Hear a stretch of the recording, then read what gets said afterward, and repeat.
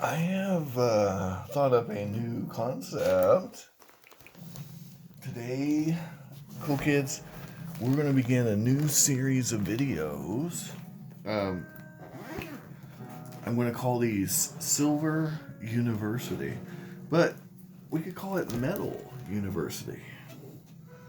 And today I'm going to teach you a few tricks on how to find the elusive silver and silver accessories under melt or near melt or whatever you're wanting to find.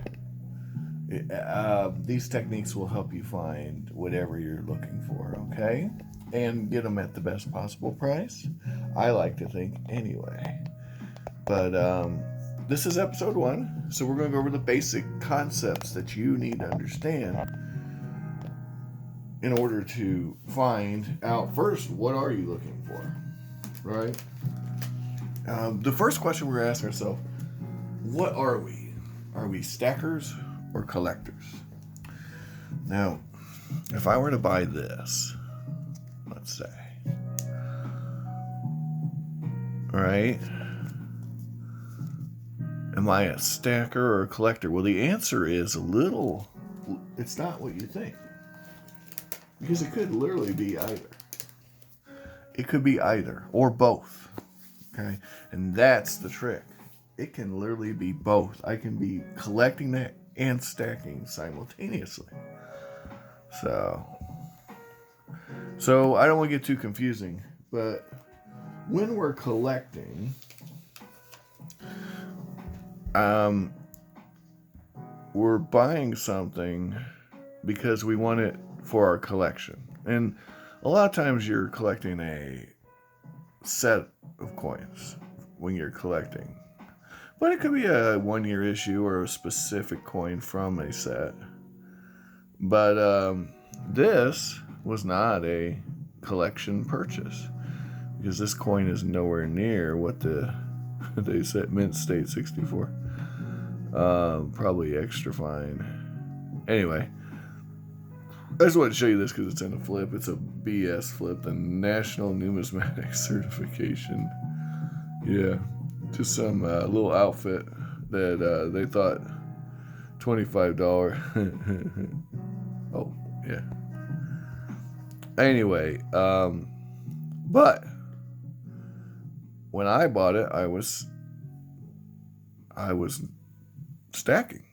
So this is a great example of what I'm talking about here. This coin, right? Now we're going to have to go to the computer here, guys. This coin, we're going to look it up, and I'm going to show you how to figure out if you're stacking or collecting if you were to buy this coin, okay?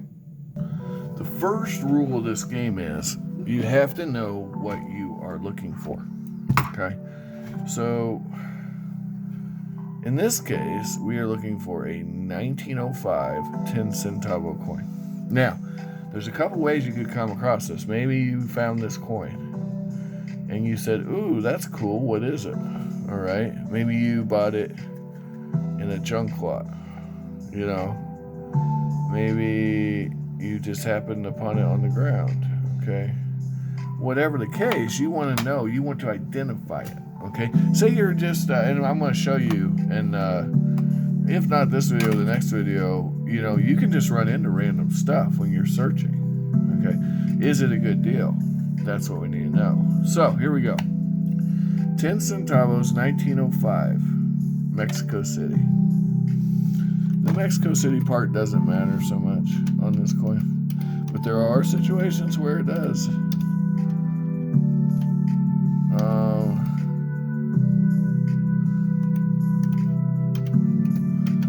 So, first thing we want to do is I want to introduce you guys to the 2 big information centers that you're going to know about. My go-to most of the time is NGC as a stacker.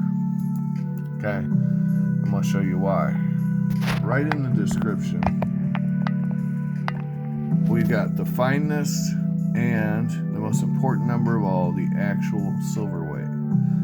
So this coin has about the same amount of silver in it as a Canadian 10-cent coin of that era. The fineness is lower, but the metal weight's virtually identical. So slightly lighter than a US 10-cent coin or dime. Okay, dime is 0.723, right? And we're at 643, so we're about a tenth of an ounce lower, or a hundredth of an ounce lower. Yeah, a hundredth of an ounce lower. So not a huge difference, but there is a difference, and over time that'll add up. So the melt value of this coin is $1.55. Okay. However, this coin's from 1905. Okay. And actually, the one I have here is probably AU now that I'm really looking at it. 1905, the mintage was 3,920,000. Now, these catalog values are always inflated. As a general rule, if I can buy it for half of the actual list, I might consider it if I like the coin. And this one is absolutely at that range. This actually has a little bit of luster on it still, even though it's got some, see that? So the coin isn't that bad. It's AU.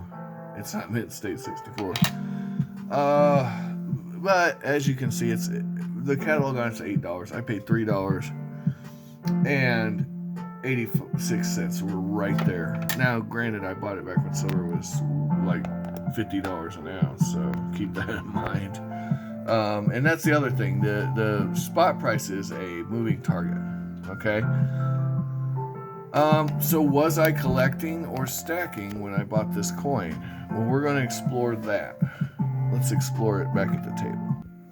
The answer is when I bought this coin, it was right about melt. So I was stacking when I bought this coin, but now that silver's dropped, I am, in a little bit of a pickle, right? Except that the coin is actually fairly rare, with only, 3 million, 4 million made. And it's in decent shape. So, this is a hybrid purchase. It is both stacking and collecting. But we're going to do something here that I think is going to be even more helpful. Okay? Because most of the time when we're dealing with silver, we're either buying pure silver bullion or U.S. junk silver, right? So towards that end, what we're going to do is I'm going to grab a hunk of U.S. junk silver and then a hunk of Canadian junk silver. And then I'm going to show you why I did that. Okay.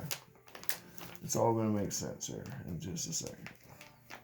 But in the meantime, Eva is going to be dancing and singing for you. Eva, come here and dance and sing. Not going to dance and sing? Come on. Where's your rubber band, honey? Where's your rubber band, man? You gone? No. Oh, there you are. There she is. She's going to sing and dance for you while I grab these 2 coins. And then we're going to play a fun game of... It's actually going to be very illuminating, I think. It's going to show you... And we're going to do this with different coins. We're going to play a game where I'm you. And you're trying to figure out what a coin's worth. Okay, I'm Johnny Bob on the street. I find this coin. I'm walking around on the sidewalk. I find this coin. I see this all the time. I know you guys do too. You're Johnny Bob on the street. I see it on Facebook pages. Ooh, my grandpa left me this coin. What's it worth? Right? Well, this is where I'm going to help you out. It's the easiest thing in the world. It's one of the most useful websites out there because it's all at your fingertips. You could type in Barber Dime if you knew it was called a Barber Dime, but say you didn't. Oh, now you're in trouble. You could put in 1913 dime. Okay, you could do that in the search bar. But why do all that when you can just type in coinflation? Okay, now coinflation has a special set of selectors here. You can go to Silver Coin Value Guide, Or if you just click the link, it'll show you all the coins. You can go to gold coins, right? But for us, we're going to go to the silver guide. But if you say you found a bunch of nickels and you want to know what the melt value was, you could definitely do it. So it does it by denomination, 5 cent, and then 10 cent, 25 cent, on we go, right? It even goes all the way to the silver eagle. All right. Now, why is this information valuable? Well, it's because of what's over here. Okay, what this gives you is the melt value right now. So if you're in a hurry and you want a quick resource and you're like, what's Barber Dime's melt value right now? Well, Barber Dime's melt value right now is $1.74. I always round up. $1.74. You know, once you get past the penny, it's not going to matter that much. But what if you found this coin? What's this coin? Well, this is a Canadian quarter, 1943. So Canadian 25 cent coin with George VI on it from 1943. Well, why did I pull that out? Well, I'm glad you asked. If I scroll down here, just below the US coinage, all the Canadian silver coinage that was made for circulation after 1919, after 1919, because that's when they switched to 80%, is on here. So if I want to know how much to pay for a Canadian quarter from 1920 to 1967, well, it's right there. $3.60. $3.60 all day is what you got here. Ooh. All right. Now, that'll conclude the first episode of Silver University. Identify what you have is step 1. Step 2 is assess its value. There are 2 types of value: numismatic value and silver melt value. Okay? So, you have to decide how much the cool factor makes it worth considering numismatic value. But for these exercises right now, we're not there yet, and this, there's a lot of nuance to this. We're just going to consider the silver value. Okay? Neither of these coins are particularly useful as numismatics. This one's actually somewhat okay. It's not amazing, but it's okay. This one's pretty beat up. So numismatic, not really a factor here. These, by the way, when I bought the lots, came in the capsules. I didn't put them in the capsules, nor would I. I don't put anything in capsules. Capsules are annoying to store. I like flips. Flips have, there's pros and cons to both. I'm not trying to poo-poo capsules, but me personally, I'm not into them. They take up space. Now, you have a new resource here if you didn't know about it: Coinflation and NGC. But what if the coin in question is not something you're able to figure out? You don't know what it is. Okay? So we're going to do that next episode. We're going to figure out what coins are. Some are really tricky, but we're going to talk about that. Anyway, stay tuned for the next episode. Like, share, subscribe, and phone a friend. And goodbye.